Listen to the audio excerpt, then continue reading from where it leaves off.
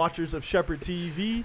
Welcome to another edition of the Sheppard Show. Just a quick recap. Last month, we talked about gamification in the Air Force, but it was specific to the pilot training community.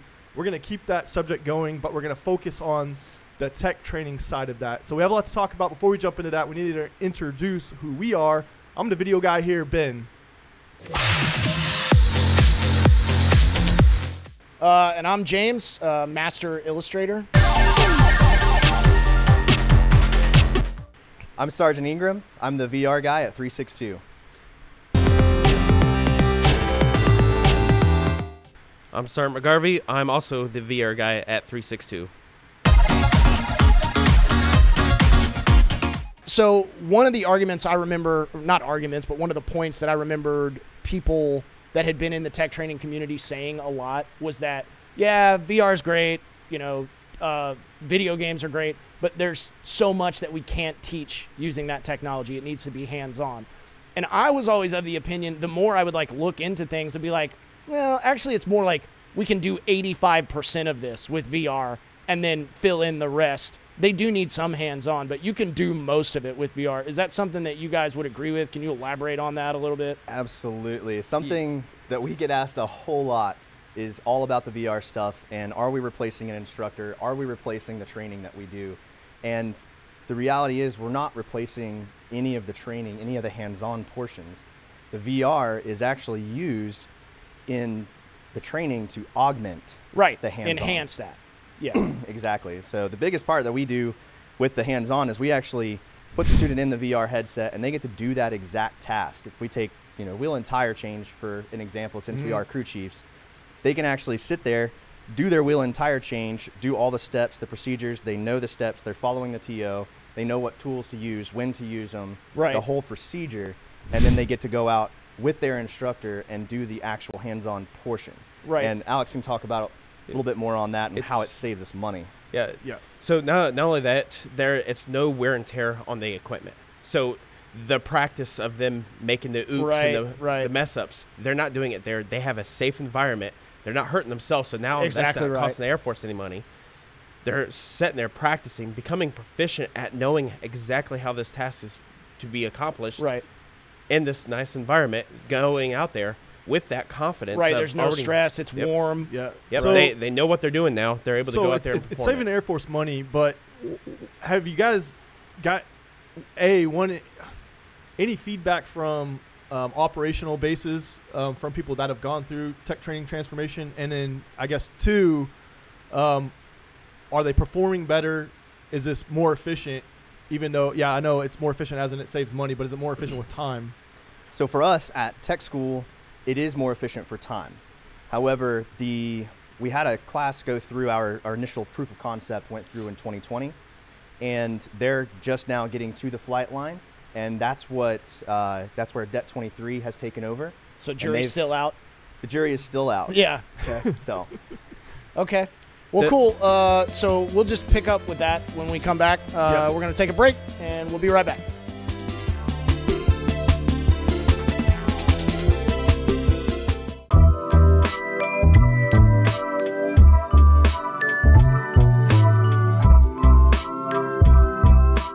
All right, hey, welcome back to the Sheppard Show. We're still talking about gamification. Specifically, we were talking about, what were we talking about? We were talking about, stats on the flight line. Yeah, so the jury's still out on when these new students get to their organizational base, but I wanted to kind of touch on, is this speeding up the training, and are they performing better in their training using VR versus traditional teaching methods? You said it's speeding up at tech school. Yes. Okay. But we jury's still out on home base. Yep. Right. Yep. Basically, the training is speeding up, but that's just a byproduct of the system, the VR, because the students are wanting to learn more. Right. I was going to ask about that. I'm glad you said that. They love the VR stuff. Yeah. Most of them have used technology in the school, so they want to learn this stuff. They want to be in it. A lot of the times when they do, you know, PCs or progress checks, as we call them in our squadron, they want to take them over and over until they get that 100%. It's kind of like when you play an Xbox or PlayStation. Right, you get achievement unlock. Yep. They want those things. They love them. Or the trophies in cybersecurity awareness. I'm just kidding. Oh, man. Oh, yeah. No one likes it. If that guy steals my phone one more time. Yeah, fun fact. A BlackBerry. If you watch the hands on that trainer, next time you take it, everyone's hands are like smashed. All their fingers are broken. No one notices it. Anyway. I'd never noticed it. Fun fact. Okay. Yeah.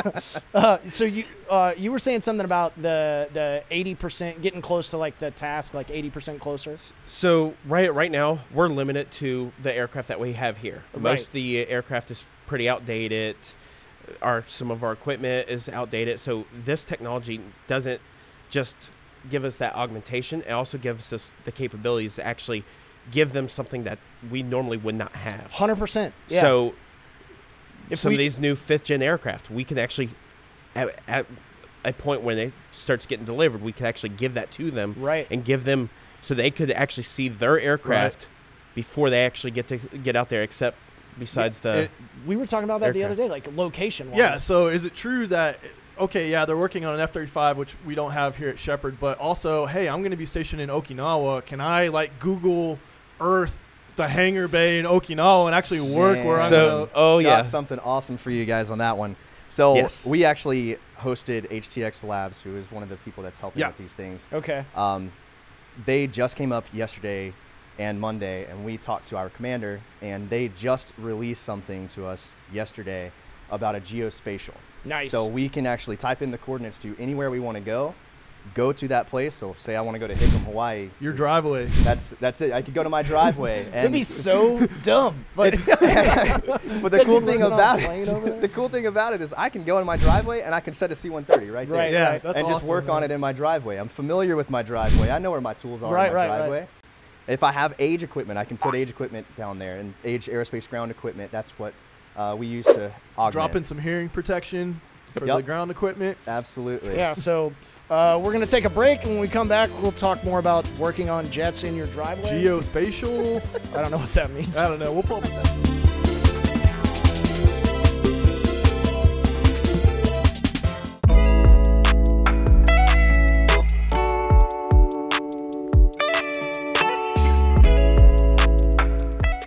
Hi, welcome back to the next segment of the Sheppard Show.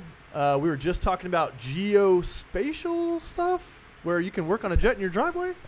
Terrible idea. Yeah. Yeah, that's a terrible idea. Let's move on from that. The geospatial is cool, not working on jets in your driveway. One of the things I wanted to ask about was, you guys are going to be inundated with this, so help us out. All the different, you have different learners, right? Like I was not necessarily a hands-on learner. It was more like visual for me. Are you guys finding as instructors using VR technology that VR technology really hits everybody's, whatever kind of learner you are? Can you elaborate on that some? Yep.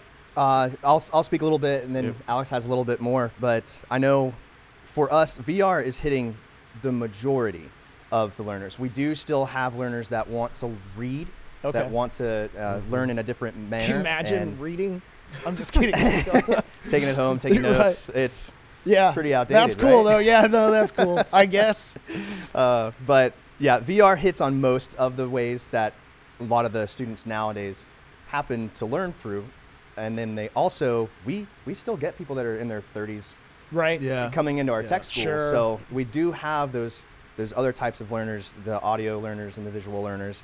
But you want to talk about the different methods we can use? So right now with Det23, they are working on pretty much a full audio clip of every bit of all of our content. So if a student wants to just sit there and listen to as a audio book, they have that option.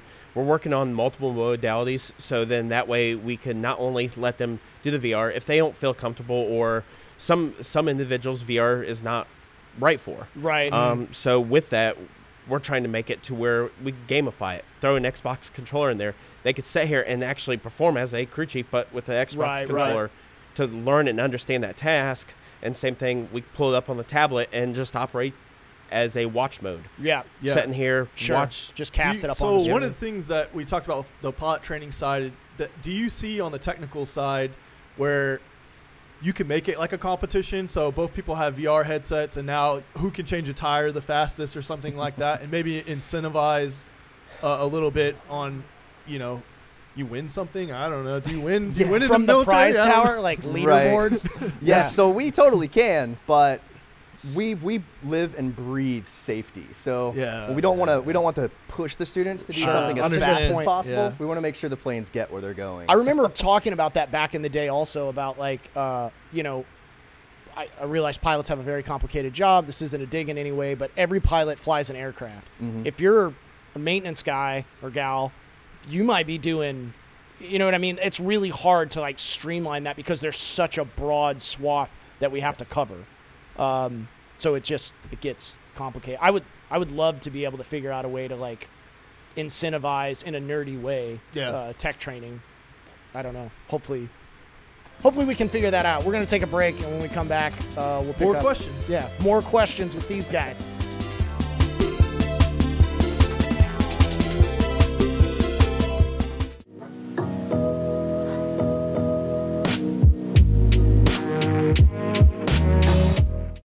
Hey, welcome back to the next segment of the Sheppard Show, where we're talking about all things gamification on the technical training side. So the next question we have is, times are changing. I think we can all agree with that. But it's been a weird week. So you hear from the recruiting side, you know, less and less of the population that are military age are in shape, and some other maybe negative attributes. Do you think that there's a way to use gamification / VR and focus in on people's abilities that are maybe stronger? Did I say that right? Yeah. Okay. That makes sense. The best thing I can say for that is, you know, since we are moving towards that VR headset type of technology in our classrooms, you should really see our instructors try to learn this versus when we put a student in this. Right. And even me, I was actually against the VR thing when I first heard about it, but I got picked up to be on this team, and for shame, forever grateful for it. Yeah. But it took me a month to learn how to use it properly and really well. When I put a student in it, it's like instant. Right. They know it immediately how to do it. Even if they've never put a headset on, they're used to the technology, so they get to it quick. But also, the world's moving towards you know, we're going against all these adversaries for cyber, right? And this 100%. is kind of leaning towards more that way. And it's, even though we aren't specifically lifting the big heavy things all the time in our classrooms, if we can leverage the VR and get the students into the VR and get the students into all the different types of technology, it could leverage the cyber that we need elsewhere in the Air Force. At least just make that, like, you know, not weird every time we talk about it, where it's like, wait, what are we doing here? And there's even, like, I've talked about this to so many people, but like mixed reality, which I'm sure you guys are familiar with at this point, like, it doesn't even have to look like, let's just use the tire change example because it's easy for people. It doesn't even have to be a tire, but you can make a rolly thing, which I don't know why you wouldn't use a tire, but whatever. You can make a rolly thing weigh the same as what the tire would on the flight line. Now you've skinned it virtually like it looks on the flight line. Like I said, we're 85% of the way there for almost every task. Absolutely. So, I think we lean into what they are good at. We just got handed an XR3 from Vario headset. It's a mixed reality headset. XR3. The latest Terminator, the latest that is coming back to kill you. Have you seen this boy? So we have 30 days with it that we're going to use it for the actual same training. We're going to throw some students in it. We're going to test on it. We're going to throw some of our instructors in it and see how it compares to the VR. So try and get some feedback on that. Okay. Love to have you guys there and yeah, testing it out. Sure. We're just going to start coming over and hanging. That's why we do this, so that we have different friends. We're building on connections. Yeah. That's it. It's all about people. Yeah. Who needs LinkedIn? Yeah. It's lame. Cool. Anyway. Right on time. Well, we got to take a quick break. When we come back, we have even more questions than the last time. We'll see you here in a minute.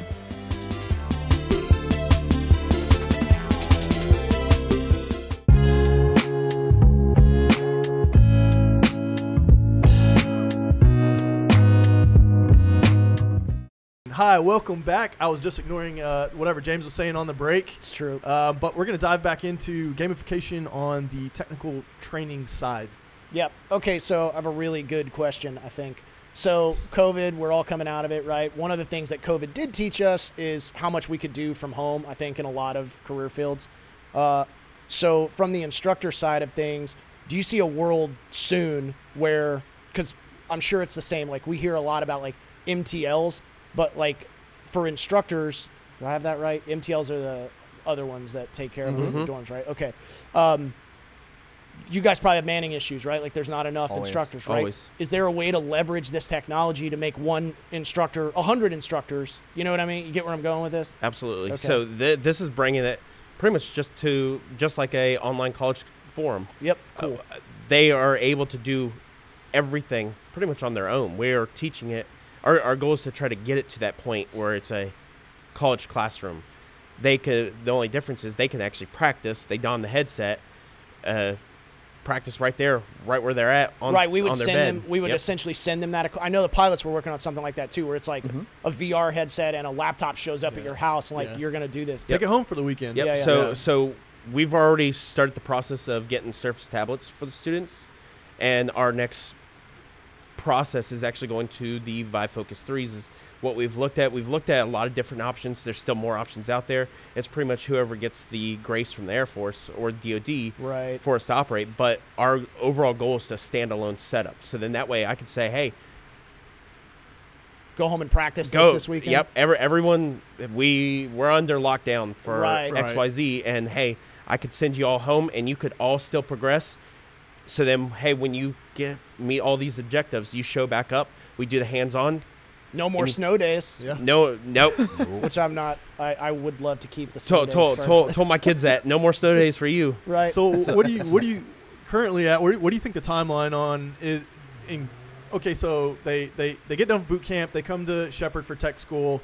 Everybody gets assigned a headset. Everyone gets assigned a tablet. What do you think the timeline on something like that, getting that accomplished, is? For that to be a reality where everyone's getting a headset, or we're not going to hold you to that. Yeah. But what do you guess? Right. Yeah. So one of the biggest things we've got is we've already got the tablets ordered, so we're ready to start that as soon as we get them. The headsets is what we're waiting on now, and as soon as we can figure that out, as Alex was saying here, as soon as we can figure out exactly when we can get those, it'll be on board. He's been working in the background, already getting OIs and everything. MFR That's the hardest part, up. right? Like being able to buy stuff. Right. Buying stuff is a big pain. So I wonder if that. Yes. How much time do we have, Sam? Okay, so when we come back, we're going to talk a little bit about the difference between. Actually, you know what? Don't even worry about that. We'll tell you when we come back. We'll see you soon.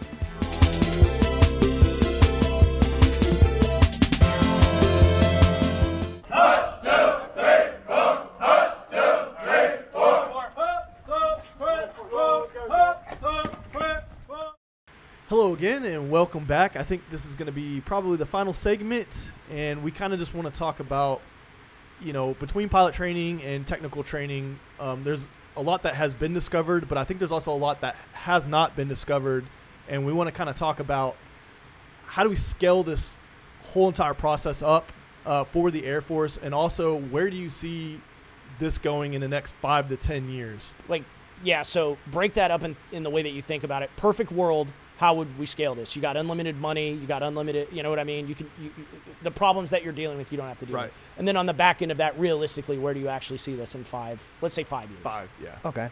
So unlimited money, the first thing I would say is every single unit has their own set of electronics, be it a tablet, a computer, headsets, all that, to teach their training on site rather than having to go TDY to all these places to learn specific training for that certain person. Right. Because then we could leverage that. My instructor is from Dover Air Force Base, but I'm learning from that instructor at Travis Air Force Base. Yep. Or maybe I'm in the Middle East and there's a plane broke. I need to figure out how to fix this, and I'm the only person 7 level here that could be qualified to do this. 100%. We're doing that with IPs a little bit, I think, now, right? Right. Exactly. Okay. So now I can take this in VR, learn that project, then be signed off on it, and actually fix this aircraft without having to wait for an MRT and a TDY to come over to fix the aircraft. What's an MRT? MRT is a maintenance response team. That's where we, as the crew chiefs, will take the parts that need to be fixed, the tools, and the individual that's going to fix the aircraft, and fly them out to that part of the world, wherever they're at, to fix the aircraft. Gotcha. So if every unit could have their own little set, that would be perfect. And I'm not sure if you guys are familiar with MOTAR yet or not. It's a learning management system. that the Air Force has adopted, and it is set up to track an airman throughout their entire career from the day they start basic training to the day that permanent they retire. record. Yeah, So stamp. boom, permanent record. So if we could get that on board as well, we would be able to follow the student throughout the entire time. Okay. And tablets, if we could get a tablet in tech school that they take with them to their first duty station, and it's just instead of each base having their own comm, every base has their own comm, but the Air Force is run just basically dispersing out to the personal bases. Right. And everyone has the same equipment. That would be standardization. Yeah, is for huge. sure. Because that's something we are struggling with, is standardization. Yeah, every unit wants to do their own thing. Everyone wants to try to do something. So to be able to standardize it and actually I think it's a byproduct of like people getting frustrated and also excited, and it's like you know, cart before the horse in a lot of situations. I know, like when we were doing that, it was like the squadrons were like, oh, well, how much? When you learn, you know, the expense of the actual technology, it's fairly inexpensive compared to stuff we used to buy in the past. And then it's like, oh, wait, we can actually afford to do this on our own, so we're just going to GPC it and start running. And that's not what we want to do, because we want everything to be the same. Okay, so 5 years, Alex, where do you realistically see it? 5 years, just like Sir Ingram was saying, is that whole have that VR at the deployment set. They pull up their MOTAR. They get that additional training, whatever they need. They load it right there on the spot. They could become familiar with whatever task it is and be able to go out there and do it. That gives us that anytime, anywhere airman that can do pretty much anything. Right. Because we could train you on anything, anywhere. Yeah. So it's got a lot of potential. Yeah, I think that makes a lot of sense. We really do. And the world's moving that direction, just like movies. We've had countless movies, Ready Player One and all these other movies. Yeah. They keep hitting it. We're getting there. And I think people that don't get it, like they're watching a movie like Ready Player One and like, oh, this, like literally everything in that movie already exists. Like it exists. Yes. We're just not utilizing it yet. Absolutely. So, all right, well, I think that's a good time to take us out of here. Thanks for joining us for another episode of the Sheppard Show. I want to thank Alex, everybody. we appreciate your time. And Sergeant Ingram, thanks. Sergeant Ingram. Kyle, huh? Yeah. Kyle, Alex. No, that's, Kyle, Alex. All right, well, we got to get out of here for this. It gets awkward. But we'll see you next month. And, yeah, please come back. You don't have a choice. We'll see you next month.